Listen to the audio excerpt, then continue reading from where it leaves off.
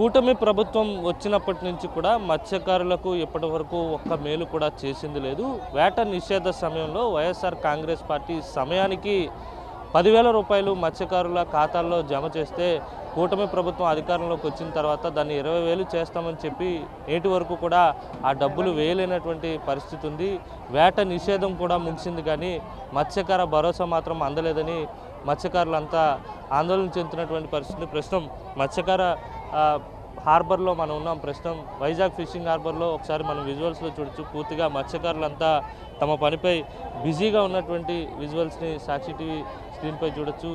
మత్స్యకార భరోసా కోసం వీరంతా కూడా ఎదురు చూసి మళ్ళీ తిరిగి తమ పనిని ప్రారంభించుకున్నటువంటి పరిస్థితి. వేట నిషేధ సమయంలో వారికి ఆర్థిక భరోసా కల్పించేందుకు ఈ మత్స్యకార భరోసా ఇస్తుంటారు. కానీ ఇప్పటి వరకు కూడా వీరికి మత్స్యకార భరోసా అందలేదు. మాట్లాడదాం, మనతో పాటు కొంతమంది మత్స్యకారులు ఉన్నారు.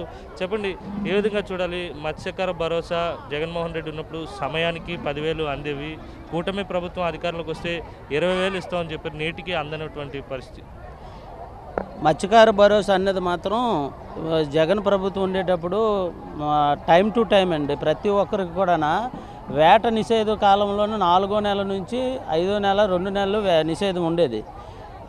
ఆ టైంకి కరెక్ట్ టైంకి ఆ టైంలోనే అందరికీ పడితే వాళ్ళు ఆ 2 నెలలు వాళ్ళు వృత్తి కోసం కరెక్ట్గా వినియోగించుకున్నారు జీవనోపాధికి.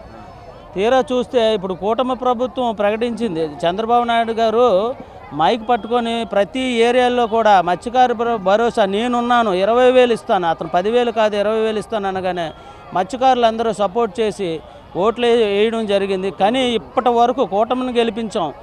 అలాగే పవన్ కళ్యాణ్ గారు ఎంతో ఇదిగా మైక్ బద్దలు కొట్టి మరి మాట్లాడారు. మత్స్యకార భరోసా నేను ఇస్తాను.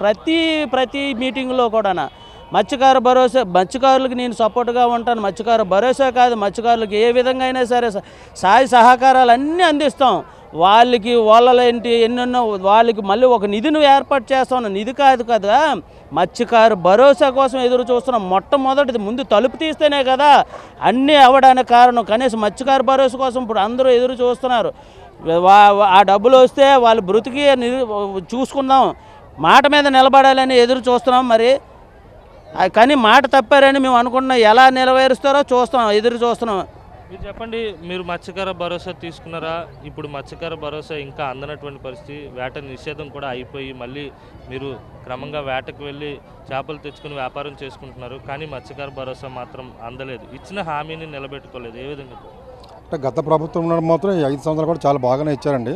ప్రతి 4 నెలల 10 బోట్లు కట్టేటప్పుడు మళ్ళీ 6 నెలల బోట్ల ఇప్పుతాడు కూడా ప్రతి మత్స్యకారుడికి 10,000 అందిందండి. మరి ఈ కూటమి ప్రభుత్వం వచ్చిన తర్వాత అంటే వాళ్ళు ఇచ్చిన హామీలు బట్టి ఇంతవరకు కూడా మత్స్యకారులకు ఎవరు కూడా ఆదుకోవట్లేదు. ఇంతవరకు దానికోసం కూడా ఎప్పుడు కూడా చెప్పలేదు. ఏ రోజు కూడా గత ఎలక్షన్ టైంలో మాత్రం అన్ని హామీలు ఇచ్చారు. కానీ ఈసారి మరి ఏంటో అది ఇస్తారో ఇవ్వరో కూడా తెలియట్లేదండి. అయోమయం పరిస్థితిలో ఉంది. అప్పుడు ఫిషింగ్ చూస్తే పెద్దగా లేవు. చేపల వేట కూడా పెద్దగా లేదండి. చేపల రేట్లు కూడా పడిపోయింది. అట్లా ఎక్స్పోర్ట్ రేట్ కూడా పడిపోయింది. ఎక్స్పోర్ట్ రేట్ కూడా పడిపోయిందండి. ప్రజెంట్ అంటే మరి వాళ్ళు ఇస్తాను 20,000 ఇస్తే కొద్దిగా ఏదో కొమ్మ పిశ్రమాన్ని ఆదుకున్నట్టుగా ఉంటుందండి. అంటే వస్తుందనే నమ్మకం మీకు ఉందంటారా లేదా? అంటే వాళ్ళు హామీ ఇచ్చారు కాబట్టి వస్తుందని హామీ ఉంది, అంటే నమ్మకం ఉందండి. మరి ఇచ్చిన వాళ్ళ ఇష్టం, ఇవ్వకపోయినా మన దానికి మనం చేయాలండి. గవర్నమెంట్ ఆ రోజు ఇస్తానని వాగ్దానం చేశారు కాబట్టి పవన్ కళ్యాణ్ గారు సరే మన చంద్రబాబు నాయుడు గారు ఇస్తానని అనుకున్నారు. మరి వాళ్ళు ఏం చేస్తారంటే మరి వాళ్ళ ఇష్టం ఉంటుంది. వాస్తవానికి వేట నిషేధ సమయంలో మత్స్యకారులకు మీకు అందరికీ పని ఉండదు. అలాంటి టైంలో ఇస్తేనే కదా ఆ డబ్బులు ఉపయోగపడతాయి. మరి అప్పుడు మేము అడిగామండి, ఇస్తామని చెప్పారు. ఇస్తామండి ఇది అన్నారు కానీ ఇంతవరకు అది పడలేదు. ఎవరికి కూడా ఏడీఎఫ్ఎస్ కూడా ఎవరు కూడా లెటర్ పెట్టలేదు, చేయలేదు. దానికోసం ఏం చెప్పలేదు సార్ ఇంతవరకు. ఓకే.